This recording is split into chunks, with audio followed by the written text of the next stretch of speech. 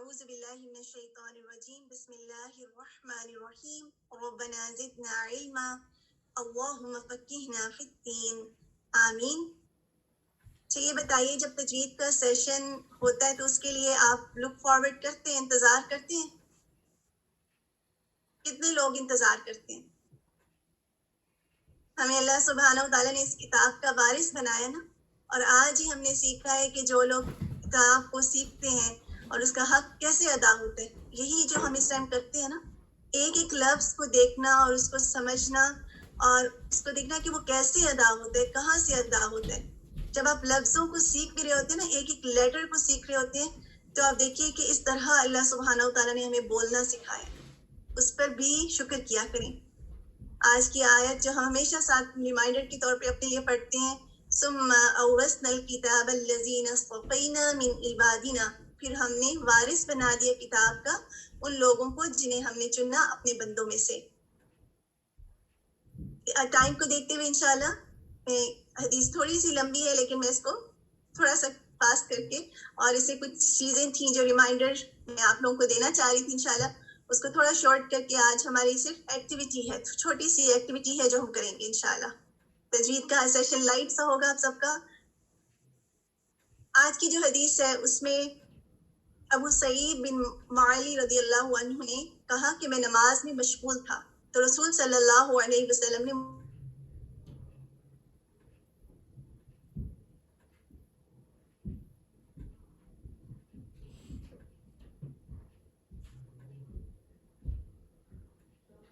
صلی اللہ علیہ وسلم نے فرمایا، کیا اللہ تعالیٰ نے تمہیں حکم نہیں فرمایا کہ اللہ کے رسول جب تمہیں پکارے تو ان کی پکار پر فوراً اللہ کے رسول کے لیے لبیک کہا کرو؟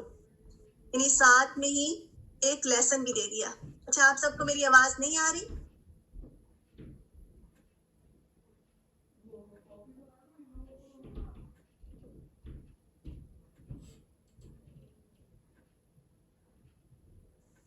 اعوذ باللہ من الشیطان الرجیم۔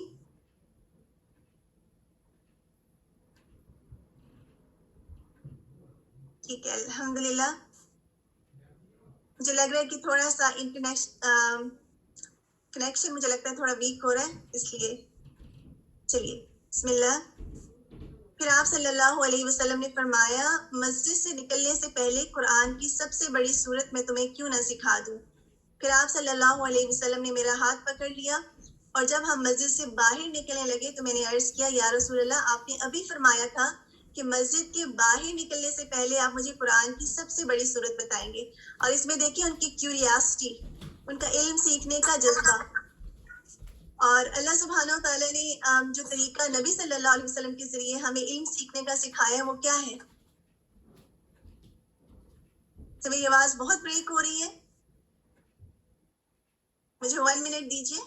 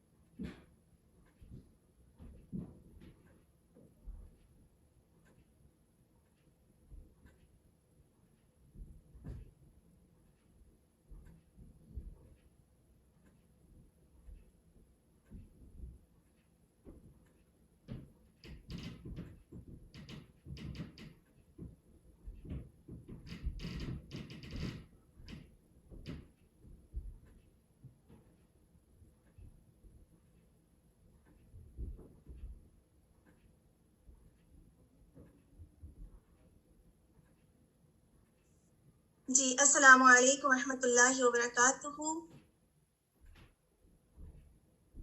آپ سب کو میری آواز کلیئر آ رہی ہے؟ کچھ لوگ لکھ رہے ہیں کہ کلیئر ہے۔ چلیے، انا للہ و انا الیہ راجعون۔ بسم اللہ۔ جو بات ہم کر رہے تھے حدیث میں، اس میں ہم نے ایک تو یہ بات سیکھی کہ نبی صلی اللہ علیہ وسلم کے حکم، اگر نبی صلی اللہ علیہ وسلم یا اللہ کا کوئی حکم آ جاتا ہے تو اس وقت کیونکہ نبی صلی اللہ علیہ وسلم ان میں موجود تھے تو نماز کے دوران، اور ہمارے لیے بھی یہ ہے کہ اللہ اور اس کے رسول کی پکار کا فوراً جواب دیں. اسی طرح سیکھنے کے بارے میں علم حاصل کرنے کا جذبہ ہونا بے حد ضروری ہے، اور یہ نبی صلی اللہ علیہ وسلم نے اپنے صحابہ کرام کے اندر پیدا کیا تھا. دیکھیے آپ نے پہلے ان کو بتایا کہ میں آپ کو سکھاؤں گا، اور اس سے بھی پہلے نبی صلی اللہ علیہ وسلم نے ان کی غلطی کو معاف کیا. ایسا نہیں کہا کہ ان کی غلطی پر کہ اب میں آپ ان کو نہیں سکھاؤں گا، بلکہ ان کو بجائے اس کے کہ کچھ اور کہتے آپ نے ان کو ایک طرح کا ریوارڈ سا دیا، یعنی غلطی بھی بتائی اور ساتھ میں ان کی اصلاح کے لیے ان کو کچھ سکھا بھی دیا. اور پھر ان کے اندر کا شوق، تو ہمارے اندر بھی کیا ایسا شوق ہے علم سیکھنے کا؟ ایسے حریص ہیں ہم علم کے لیے؟ اگر ہمیں کچھ سمجھ میں نہیں آتا تو کیا ہم اس کو سیکھنے کے لیے کچھ ایفرٹ ڈالتے ہیں؟ عام علوم کی بات نہیں کریں، ہم قرآن کی بات کر رہے ہیں. جس طرح ہم دنیا کے علوم میں اتنی ایفرٹ ڈالتے ہیں، کیا قرآن کے لیے بھی اتنی ایفرٹ ہم ڈالتے ہیں؟ اس میں ہم اپنے آپ کو چیک کریں گے. اور جب نبی صلی اللہ علیہ وسلم نے مسجد سے نکلنے لگے تو آپ صلی اللہ علیہ وسلم سے انہوں نے جب سوال کیا، نبی صلی اللہ علیہ وسلم نے فرمایا ہاں وہ صورت ہے الحمدللہ رب العالمین، یہی وہ 7 آیات ہیں جو ہر نماز میں بار بار پڑھی جاتی ہیں، اور یہی وہ قرآن عظیم ہے جو مجھے دیا گیا ہے. سبحان اللہ. تو یہ قرآن عظیم ہے جس کو ہم سیکھ رہے ہیں. یہ ایک بہت بڑی آنر ہے، اس بات کو محسوس کیا کریں انشاءاللہ. تھوڑا سا جو لاسٹ لیسن تھا اس کی چھوٹی سی آج ہم ایکٹیویٹی کریں گے. آپ نے جو سیکھا، ہم نے آواز کے بارے میں سیکھا تھا کہ حروف کی آواز، جیسے ہم نے خا اور غین کے بارے میں جانا کہ خا اور غین میں آواز کیسی ہوتی ہے، کہاں پہ لو ہوتی ہے، کہاں پہ ہائی ہوتی ہے، اس کے بارے میں ہم نے سیکھا. جسٹ ایک منٹ دیجیے گا.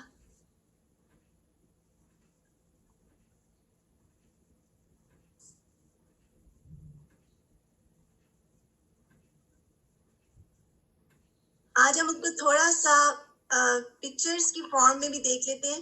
ایک ٹیبل ہے جو میں نے آپ سب کے لیے بنایا تھا تاکہ آپ لوگ اس کو خود سے دیکھ لیجیے گا، اور اگر مجھے ٹائم ہوا تو میں کوشش کروں گی کہ آپ کو کچھ ریکارڈنگ میں بھی بھیج دوں، کیونکہ ابھی ہمارے پاس اتنا ٹائم نہیں ہے کہ میں اس کو پوری ڈیٹیل میں بتاؤں. لیکن ہم نے خواہ کے بارے میں دیکھا تھا اور غین کے بارے میں دیکھا تھا کہ ان کی آواز کا بھارا یا ہلکا ہونا، آواز کا اونچا یا نیچا ہونا. جب آواز نیچی ہوتی ہے تو تب کیا ہوتا ہے، اور جب آواز اونچی ہوتی ہے تو تب کیا ہوتا ہے. اس کے بعد ہم نے آواز کا نرم اور سخت ہونا بھی دیکھا. ٹھیک ہے، تو کوئکلی اس کو دیکھ لیتے ہیں. آواز میں بھاری ہونے کو دیکھ لیتے ہیں. خواہ میں آواز بھری ہوئی اور بھاری ہوتی ہے. ٹھیک ہے، اور اس میں ہماری زبان جڑ کی طرف سے تالو کی طرف اٹھتی ہے. اس لیٹر کو آپ کمپیئر کیجئے سیم لیٹر کے ساتھ، جیسے قو کہہ کے دیکھیں، وہ کہہ کے دیکھیں، تو آپ دیکھیں کہ یہ آواز بھری ہوئی لگ رہی ہے نا آپ کو ان لیٹرز کی. میں نے سیم لیٹر بتائے، جیسے ہیوی لیٹرز کی ہم بات کر رہے ہیں. ٹھیک ہے، اب آپ اسی لیٹر کو کسی لائٹ لیٹر سے کمپیئر کر کے دیکھیں. خواہ کی آواز کو، جیسے عین، لام، جیم بول کے دیکھیں. با، تو آپ بتائیے کیا آپ کو لام، جیم، با، خواہ جیسے لگ رہے ہیں ہیوی؟ پہلے تو آپ کو یہ پتا ہو کہ خواہ ہیوی ہے، بھرا ہوا ہے. لیکن جب آپ کمپیئر کرتے ہیں، آج ہم نے یہی سیکھا نا، کمپیئر کرنے سے، اپوزٹ سمجھنے سے چیزیں زیادہ واضح ہوتی ہیں. یہاں تک سب ساتھ ہیں؟ تھوڑا سا مجھے فاسٹ جانا پڑے گا آج، لیکن انشاءاللہ آپ لوگ جب کہیں گے دوبارہ ہم ریویو کر لیں گے. اس کے بعد غین کو بھی دیکھ لیتے ہیں. غین کو بھی دیکھیے، غین ہیوی ہے، غو، غو، غو. ٹھیک ہے، اب اس کو کمپیئر کریں سیم ہیوی لیٹر سے. غو، غو، صاد، ضاد. یہ ہیوی ہے نا سب کے سب. آپ فیل کریں کہ بھرا ہوا منہ ہے.